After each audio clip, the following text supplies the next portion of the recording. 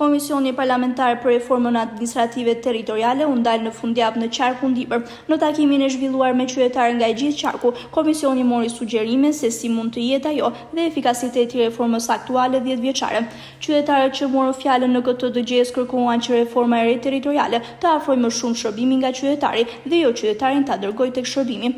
Ata kërkuan që pushteti vendor të mos jetë i përqendruar totalisht në qendër, por edhe në zonat më të larta me kompetencë të plotë. Por në këtë dëgjes kishte edhe nga ata që e vlerësuan reformën aktuale të ndarjes së vendit në 61 bashki.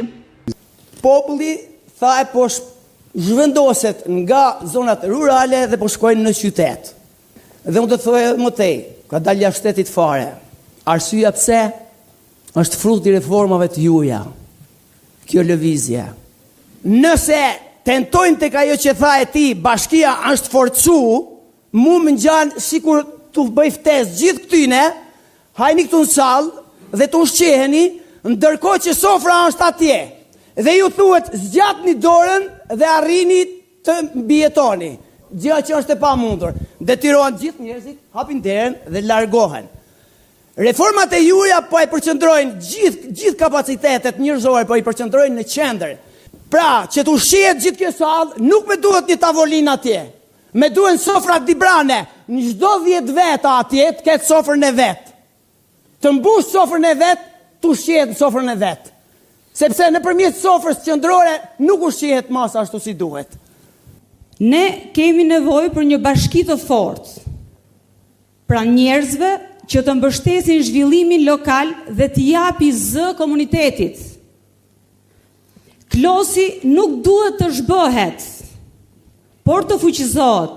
Do të them për Klosin, me qenë se jam atje, po edhe për Matin ndoshta, bashki e vogël në dukje, por që është një 3-4 herë më e madhe se Libohova apo Këlcyra.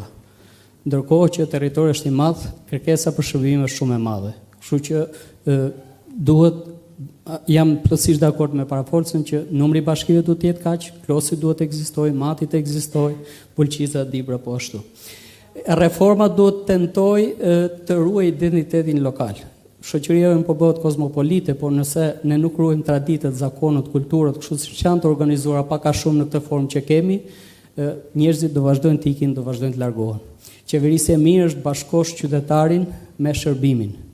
Përkundrazi, bashkia Bulqis duhet fuqizohet më tej, sepse ka identitet të qartë ekonomik, ka potencial zhvillim dhe nevojë specifike që kërkojnë administrimi lokal të dedikuara.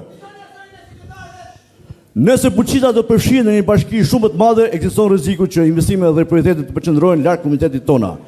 Përfaqësimi lokal të dobësohet, si dhe shërbimet dhe qytetarit më kryesore të bëhen më të vështira për shkak të distancës dhe kompleksit të territorit. Duket qartë dhe nuk do shumë koment. Në fakt, kjo reformë jo se që perfekte, po që një reformë që totalisht dha rezultate pozitive në të gjitha njësitë vendore të Shqipërisë. Dhe të gjitha shërbimet të kryen shumë më mirë në njësitë administrative, nëpërmjet njësive administrative, sepse ne dimë mirë që komunat nuk ishin gjë tjetër, vetëm ishin ca feude që qeverishin nga ca njerëz aty, që nuk bënin asnjë lloj shërbimi, që i bënin fonde të rrugë kumbulla. Unë mendoj dhe besoj dhe jam shumë i bindur që kjo dëgjes publike është kot, sepse ju e keni marrë vendimin dhe vendimi juaj është që do të ulet numri i bashkive. A ka mundësi të më thot dikush pse ikin trit, pse ikin nga zonat më të largta dhe nuk vinë qytet? Ato pothuaj se ikin të gjithë jashtë shtetit sepse nuk marrin shërbimet e nevojshme. Bashkia e Dibrës ka pak a shumë rreth 1000 km2 sipërfaqe. Si mund t'i thoni një banorit Lurës apo Celishtës që duhet vinë Peshkopit, bëj 3 orë rrugë vajtje, 3 orë rrugë për shkuar në shtëpi, për të marrë një shërbim në qendër bashkisë Peshkopis, ku mund të jetë radha e personave që duhet marrin në shërbim për këtë bashki shumë e madhe. Atëherë ai duhet të shkojë përsëri në shtëpinë e vet. Kështu që shërbimi ndaj qytetarit është tepër i larguar dhe jo efektiv. Pavarësisht nga fakti që kemi edhe fshatra me distancë largët, unë personalisht mendoj që reforma e ka kryer më së miri funksionin pavarësisht problemeve. Komisioni Parlamentar për hartimin e reformës së re administrative territoriale po zhvillon një tur dëgjesash publike në të 12 qarqet të vendit tonë.